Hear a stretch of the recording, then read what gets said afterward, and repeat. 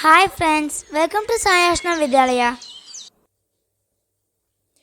Ninth இயல் 7 இதில் நம்ம இப்போ என்னென்ன டாப்பிக்கெல்லாம் பார்க்க போகிறோம் அப்படின்னா கலை அழகியல் புதுமைகள். இதில் வந்து சிற்பக்கலை ராவண காவியம் ரெண்டும் பார்க்க போகிறோம். கலைப்பல வளர்த்தல் இதில் நாச்சியார் திருமொழி செய்தி புணர்ச்சி இந்த டாப்பிக்கெல்லாம் நம்ம இப்போ பார்க்க போகிறோம். முதல்ல உரைநடை. சிற்பக்கலை கண்ணையும் கருத்தையும் கவரும் வகையில் உருவங்கள் அமைக்கும் கலை சிற்பக்கலை. கல்லும் உலோகமும் செங்கல்லும் மரமும் மண்ணும் சுதையும் தந்தமும் வண்ணமும் கண்ட சருக்கரையும் மெழுகும் என்றிவை பத்தே சிற்பத் தொழிற்கு உறுப்பாவன என்று கூறும் நூல் திவாகர நிகண்டு. மணிமேகலையிலும் இத்தகைய குறிப்பு காணப்படுகிறது. சிற்பக்கலையின் வகைகள் 2. முழு உருவ சிற்பங்கள், புடைப்பு சிற்பங்கள். முழு உருவ சிற்பங்கள் அப்படின்னா முழு உருவமும் தெரியும். புடைப்பு சிற்பங்கள் அப்படின்னா சிற்பத்தோடைய முன்பகுதி மட்டும் தெரிகிற வகையில் அமைச்சிருப்பாங்க. எத்தனை நிலைகளில் சிற்பங்கள் அமைக்கப்படுகின்றன? 4. தெய்வ உருவங்கள், இயற்கை உருவங்கள், கற்பனை உருவங்கள், முழு வடிவ அதாவது பிரதிமை உருவங்கள் அப்படின்னு சொல்கிறோம். சிற்பிகள் டேஸ் என்று சிறப்பிக்கப்படுகின்றனர். கற்கவிஞர்கள். பல்லவர் கால சிற்பங்கள் பல்லவர் காலத்தில் டேஸ் டேஸால் ஆன சிற்பங்கள் அமைக்கப்பட்டன. சுதையினாலும் கருங்கற்களிலும். கோவில் தூண்களில் எவை போன்றவை பொறிக்கப்பட்டன? யாழி, சிங்கம், தாமரை மலர், நுட்பமான வேலைப்பாடுகள் நிறைந்த வட்டங்கள். பல்லவர் கால சிற்பக்கலைக்கு எந்த சிற்பங்கள் மிகச்சிறந்த சான்றுகளாக விளங்குகின்றன? மாமல்லபுர சிற்பங்கள். மாமல்லபுரத்தில் உள்ள பஞ்சபாண்டவர் ரதங்களில் உள்ள சிற்பங்கள் எவை? பறவைகள், விலங்குகள். காஞ்சிபுரத்தில் உள்ள பல்லவர் கால சிற்ப கோயில்கள் காஞ்சி கைலாசநாதர் கோவில், காஞ்சி வைகுந்த பெருமாள் கோவில். பல்லவர் கால டேஸ் கோவில்களின் நுழைவு வாயிலின் 2 புறங்களிலும் காவலர் நிற்பது போன்று சிற்பங்கள் படைக்கப்பட்டுள்ளன. குடைவர கோவில்கள். பல்லவர் கால சிற்பங்கள் உள்ள இடங்கள் மாமல்லபுரம், காஞ்சிபுரம், திருச்சி மலைக்கோட்டை. பாண்டியர் கால சிற்பங்கள் பாண்டியர் காலத்தில் அமைக்கப்பட்டவை குகை கோவில்கள். திருமயம், பிள்ளையார்பட்டி, குன்றக்குடி, திருப்பரங்குன்றம் முதலிய இடங்களில் உள்ள கோவில்கள் யார் காலத்தில் கட்டப்பட்டவை? பாண்டியர். கோவில்பட்டிக்கு மேற்கே உள்ள டேஸ் கோவிலில் உள்ள சிற்பங்கள் பாண்டியர் கால சிற்பக்கலைக்கு சான்றுகளாகும். கழுகுமலை, வெட்டுவான் கோவில். சோழர் கால சிற்பங்கள் சோழர் காலத்தில் டேஸ் அமைக்கும் கலை விரைவாக வளர்ச்சி பெற்றது. கற்சிற்பங்கள். தஞ்சை பெரிய கோவில் அதாவது பிரகதீஸ்வரர் கோவிலை கட்டியவர்? முதலாம் ராசராசன். கங்கை கொண்ட சோழபுரம் கோயிலை கட்டியவர்? முதலாம் ராஜேந்திர சோழன். தாராசுரம் ஐராவதீஸ்வரர் கோவில் யாரால் கட்டப்பட்டது? 2ஆம் ராசராசன். அது இருக்கக்கூடிய ஊர் வந்து கும்பகோணம். கும்பகோணத்தில் தான் தாராசுரம் ஐராவதீஸ்வரர் கோயில் வந்து இருக்கு. திரிபுவனம் வீரேஸ்வரம் கோவிலை கட்டியவர்? 3ஆம் குலோத்துங்க சோழன். தஞ்சை பெரிய கோவிலில் உள்ள வாயிற்காவலர் சிலை எத்தனை அடி உயரம் கொண்டது? 14 அடி. ஒரே கல்லில் அமைந்த நவகிரகமும் சிங்கமுக கிணறும் எங்கு உள்ளது? கங்கை கொண்ட சோழபுரத்தில். கங்கை கொண்ட சோழபுரத்தில் இருக்கக்கூடிய இந்த இதை வந்து முதலாம் ராஜேந்திர சோழன் தான் கட்டியிருக்காரு. நடன முத்திரைகளுடன் காணப்படும் சிற்பங்கள் எங்கு உள்ளன? புதுக்கோட்டை மாவட்டத்தில் நார்த்தாமலை. மூவர் கோவில் சிற்பங்கள் எங்கு உள்ளன? புதுக்கோட்டை மாவட்டத்தில் கொடும்பாலூர். இவை யாரால் கட்டப்பட்டது? 2ஆம் பராந்தக சோழன். குரங்கநாதர் கோவில் எங்குள்ளது? திருச்சி மாவட்டத்தில் சீனிவாசநல்லூர். முகபாவனைகளை காட்டும் சிற்பங்கள் எங்குள்ளன? திருவரங்க கோவிலுள். செப்பு திருமேனிகளின் பொற்காலம் என்று அழைக்கப்படுவது யாருடைய காலம்? சோழர் காலம். இதில் வந்து கடவுள் உருவம் மனித உருவம் ரெண்டும் வந்து அமைச்சிருப்பாங்க. விஜயநகர மன்னர் கால சிற்பங்கள் கோவில்களில் மிக உயர்ந்த கோபுரங்கள் யார் காலத்தில் எழுப்பப்பட்டன? விஜயநகர மன்னர் காலம். விஜயநகர மன்னர் கால சிற்பங்களின் சிறப்புகள் ஆடை அணிகலன்கள் அணிந்த நிலையில் உள்ள உருவ சிற்பங்கள். குதிரையின் உருவங்கள் சிற்பங்களில் இடம்பெற்றுள்ளன. மண்டப தூண்களின் சிற்பங்களில் வீரர்கள் அமர்ந்த நிலையில் குதிரைகள் முன் கால்களை தூக்கி நிற்பது போன்று அமைத்தனர். பல்வேறு ஓசைகளை எழுப்பும் இசை கற்றூன்களையும் அமைத்துள்ளனர். நாயக்கர் கால சிற்பங்கள் நாயக்க மன்னர்கள் பல இடங்களில் எந்த மண்டபங்களை அமைத்தனர்? 1000 மண்டபங்கள். நாயக்க மன்னர்களின் சிற்பக்கலைக்கு சான்றாக திகழ்பவை மதுரை மீனாட்சி அம்மன் கோவில், ராமேஸ்வரம் பெருங்கோவில், திருநெல்வேலி நெல்லையப்பர் கோவில், கோயம்புத்தூர் பேரூர் சிவன் கோயில், கிருஷ்ணாபுரம் பெருமாள் கோவில், இது வெங்கடாஜலபதி கோயில் அப்படின்னு சொல்லுவாங்க, திண்டுக்கல் தாடிக்கொம்பு பெருமாள் கோவில், இந்த கோவிலையெல்லாம் கட்டியிருக்காங்க. மதுரை மீனாட்சி அம்மன் கோவிலில் உள்ள சிற்பங்கள் 1000 மண்டப தூண்களில் கண்ணப்பர், குறவன், குரத்தி சிற்பங்கள். அரிச்சந்திரன் சந்திரமதி சிற்பங்களில் ஆடை ஆபரணங்கள் உள்ள கலைநயத்துடன் காணப்படுகின்றன. இறந்த மைந்தனை கையில் ஏந்தியபடி நிற்கும் சந்திரமதி சிலை. நாயக்கர் கால சிற்ப கலைநுட்பத்தின் உச்சநிலை படைப்பாக கருதப்படுவது கோயம்புத்தூர் பேரூர் சிவன் கோவில். இக்கோவிலின் சிற்பங்களில் விளியோட்டம், புருவ நெளிவு, நக அமைப்பு ஆகியவை மிக மிக நுட்பமாக கலைநயத்துடன் படைக்கப்பட்டுள்ளன. பௌத்த சமண சிற்பங்கள் பௌத்த மதத்தை தழுவிய தமிழர்கள் புத்தரின் உருவத்தை எந்தெந்த நிலைகளில் சிற்பங்களாக படைத்து வழிபட்டனர்? புத்தரின் உருவத்தை அமர்ந்த, நின்ற, படுத்த நிலைகளில் படைத்து வழிபட்டனர். படுத்த நிலை அல்லது கிடைநிலை அப்படின்னு சொல்லுவோம். சமண மதத்தினர் சிற்பங்களாக ஆக்கிய உருவங்கள் அருக கடவுளின் உருவத்தையும் 24 தீர்த்தங்கரர்களின் உருவங்களையும் சிற்பங்களாக்கியுள்ளனர். சில சிற்பங்கள் அளவுக்கு மீறிய உயரமும் பருமனும் உடையனவாக உள்ளன. எடுத்துக்காட்டாக விழுப்புரம் மாவட்டத்தில் செஞ்சிக்கு அண்மையில் உள்ள திருநாதர் குன்றில் 24 தீர்த்தங்கரர்களின் உருவங்கள் ஒரே பாறையில் புடைப்பு சிற்பங்களாக செதுக்கப்பட்டுள்ளன. தமிழக சிற்பக்கலையில் இடம்பெற்றுள்ள கூறுகள்: யோகக்கலை, நாட்டியக்கலை கூறுகள். தமிழகத்தில் கட்டப்படும் கோவில்களில் இன்று டேஸ் சிற்பங்கள் அமைக்கப்பட்டு வருகின்றன. சுதை சிற்பங்களும் கற்சிற்பங்களும். செங்கல் பைஞ்சுதை அப்படின்னா சிமெண்ட் கற்கள் கொண்டு எந்தெந்த சிற்பங்கள் உருவாக்கப்படுகின்றன? கலைநயமிக்க சிற்பங்கள்.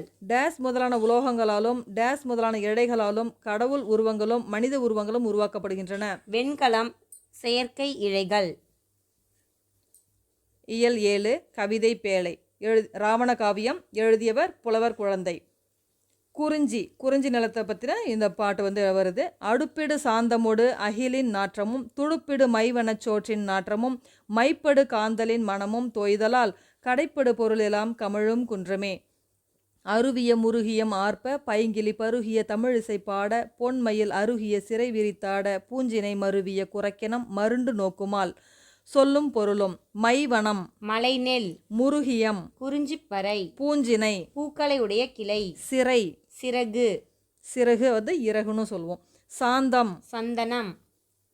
முல்லை நிலத்தோட பாட்டு: பூவையும் குயில்களும் பொலங்கை வண்டரும் பாயிசை பாடமும் பழமும் தேனும் தந்தே இசைபெறும் கடறு இடையர் முக்குழல் ஆவினம் ஒருங்குற அருகு அணைக்குமால். முதிரையும் சாமையும் வரகும் பொய்மணி குதிரை வாளியும் கலம்குவித்து குன்று என பொதுவர்கள் பொலிவுற போர் அடித்திடும் அதிர்குரல் கேட்டு உழை அஞ்சி ஓடுமே. இங்கே உழை அப்படிங்கிறது மான், அந்த பொருள் வருது. சொல்லும் பொருளும்: பூவை நாகனவாய் பறவை, பொலம் அழகு, கடறு, காடு, முக்குழல், கொன்றை, ஆம்பல், மூங்கில் ஆகியவற்றால் ஆன குழல்கள், பொலி, தானிய குவியல், உழை ஒரு வகை மான். பாலை நிலத்து பாட்டு. இதனுடைய சொல்லும் பொருளும்: வாய் வெறி, சோர்வால் வாய் குழறுதல், குருளை, குட்டி, இணைந்து, துன்புறுதல். இணைந்து இதில் 3 சொல்லி நான் போட்டிருந்தாங்க அப்படின்னா ஜாயின் பண்ணுறது அந்த மீனிங்கில் வரும். இது இணைந்து, இது துன்புறுதல் இந்த மீனிங்கில் வருது. உயங்குதல், வருந்துதல், படிக்கு உர, நிலத்தில் விழ, கோடு, கொம்பு, கொம்புனா மரக்கிளை அது சொல்லலாம். மருத நிலப்பாட்டோட சொல்லும் பொருளும்: கல், மலை, முருகு, தேன், மனம், அழகு. இந்த 3 பொருளையும் முருகு அப்படிங்கிற சொல் வரும். மல்லல், வளம், செரு, வயல், கரிக்குருத்து, யானை தந்தம், போர், வைக்கோற் போர், புரைதப, குற்றமின்றி. நெய்தல் நிலப்பாடலுடைய சொல்லும் பொருளும்: தும்பி, ஒரு வகை வண்டு, துவரை, பவளம், மறை, தாமரை மலர், விசும்பு, வானம், மதியம். நிலவு. ராவணகாவியம் காலத்தின் விளைவு, ஆராய்ச்சியின் அறிகுறி, புரட்சி பொறி, உண்மையை உணர வைக்கும் உன்னத நூல் என்று கூறியவர் பேரறிஞர் அண்ணா. ராவணகாவியம் தோன்றிய நூற்றாண்டு 20ஆம் நூற்றாண்டு. ராவணகாவியத்தில் உள்ள காண்டங்கள் மற்றும் பாடல்களின் எண்ணிக்கை 5 காண்டம், 3100 பாடல்கள். இதில் தமிழக காண்டம், இலங்கை காண்டம், விந்த காண்டம், பழிபுரி காண்டம், போர்க்காண்டம் ஆகிய 5 காண்டங்கள் இருக்கு. தந்தை பெரியாரின் வேண்டுகோளுக்கு இணங்க 25 நாட்களில் திருக்குறளுக்கு உரை எழுதியவர் புலவர் குழந்தை. யாப்பதிகாரம், தொடையதிகாரம் உள்ளிட்ட 30க்கும் மேற்பட்ட இலக்கண இலக்கிய நூல்களையும் படைச்சிருக்காரு. ராமாயணத்தில் எதிர்நிலை மாந்தராக படைக்கப்பட்ட ராவணனை முதன்மை நாயகனாக கொண்டு படைக்கப்பட்ட நூல் தான் ராவண காவியம்.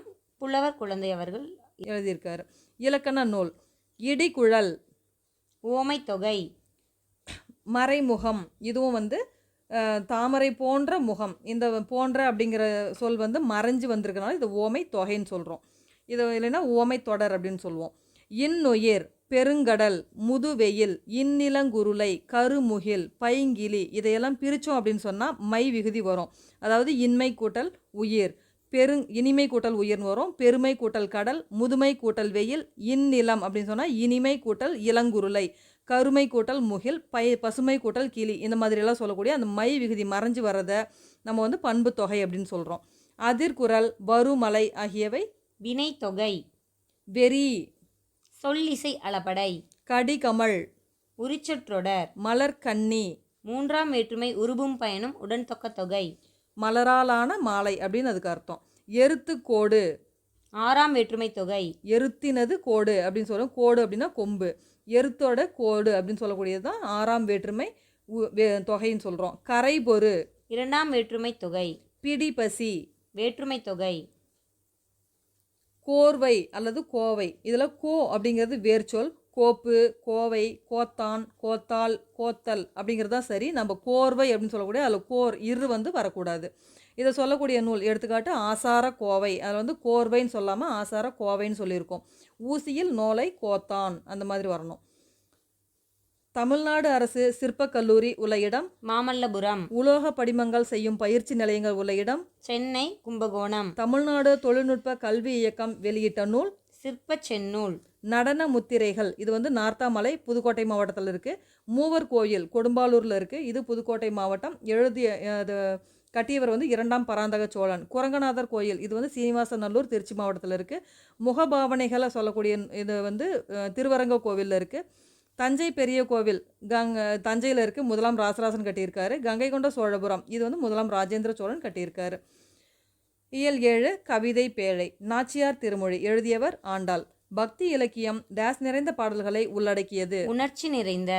பக்தி இலக்கியத்தின் பணி இறையோடு ஒன்றுதலும் அதன் பால் அனைவரையும் சரணடைய செய்வதும். பாடல் கதிரொளி தீபம் கலசம் உடனேந்தி சதிரில மங்கையர் தாம் வந்து எதிர்கொள்ள மதுரையார் மன்னன் அடிநிலை தொட்டு எங்கும் அதிர புகுத கணாக்கண்டேன் தோழி நான் அப்படின்னு சொல்லி பாடல் 560வது பாடல் வந்து சொல்லியிருக்காங்க ஆண்டாள். மத்தளம் கொட்ட வரி சங்கம் நின்றூத முத்துடைத்தாமம் நிறைதாழ்ந்த பந்தர்க்கில் மைத்துனன் நம்பி மதிசூதனன் வந்து என்னை கைத்தலம் பற்ற கணாக்கண்டேன் தோழி நான் அப்படின்னு சொல்லி 561வது பாடல் இடம்பெற்றிருக்கு. சொல்லும் பொருளும் தீபம் விளக்கு, சதிர் நடனம், தாமம் மாலை. இலக்கண குறிப்பு கொட்ட வினையெச்சம், முத்துடை தாமம். 2ஆம் வேற்றுமை தொகை. ஆழ்வார்கள் பாடிய பாடல்களின் தொகுப்பு 4000 திவ்ய பிரபந்தம். 4000 திவ்ய பிரபந்தத்தில் ஆண்டாள் பாடியவை 2 தொகுதிகள். திருப்பாவை, நாச்சியார் திருமொழி. நாச்சியார் திருமொழியில் உள்ள பாடல்களின் எண்ணிக்கை மொத்தம் 143 பாடல்கள். பாடப்பகுதியில் இடம்பெற்றுள்ள 560, 506வது பாடல்கள், 61வது பாடல்கள் இடம்பெற்றுள்ள திருமொழி 6ஆம் திருமொழி. ஆழ்வார்கள் 12 பேரில் எத்தனை பேர் பெண்ணாழ்வார்கள்? ஆண்டாள் மட்டுமே பெண்ணாழ்வார். இறைவனுக்கு பாமாலை சூட்டியதோடு தான் அணிந்து மகிழ்ந்த பூமாலையையும் சூட்டியதால் இவர் டேஸ் என்று அழைக்கப்படுகிறார். சூடி கொடுத்த சுடற்கொடி. ஆண்டாள் யாருடைய வளர்ப்பு மகள்? பெரியாழ்வார். பெண்ணின் திருமண வயது 18, ஆணின் திருமண வயது 21 என்று சட்டம் நிறைவேற்றப்பட்டுள்ளது. விரிவானம். இது செய்தி. எழுதியவர் தி. ஜானகிராமன். விருது மாலை. சாகித்ய அகாடமி விருது பெற்ற தமிழ் சிறுகதை எழுத்தாளர்கள் வரிசை வாரியாக கொடுத்துருக்கோம். அந்த வருஷம் லிஸ்ட்டாக கொடுத்துருக்கோம், அதை வந்து பார்த்துக்கலாம். 1970 அன்பளிப்பு, இது வந்து சிறுகதை தொகுப்பு. எழுதியவர் கு. அழகிரிசாமி. 1979 சக்தி வைத்தியம், இதுவும் வந்து சிறுகதை தொகுப்பு தான். எழுதியவர் தி. ஜானகிராமன்.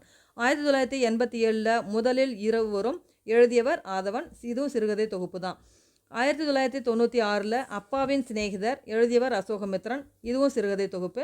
2008 மின்சாரப்பூ, எழுதியவர் மேலாண்மை பொன்னுசாமி, சிறுகதைகள் இது வந்தோம். 2010 சூடிய பூ சூடர்க்க அப்படின்னு சொல்கிறது நாஞ்சில் நாடன், இதுவும் சிறுகதை தான்.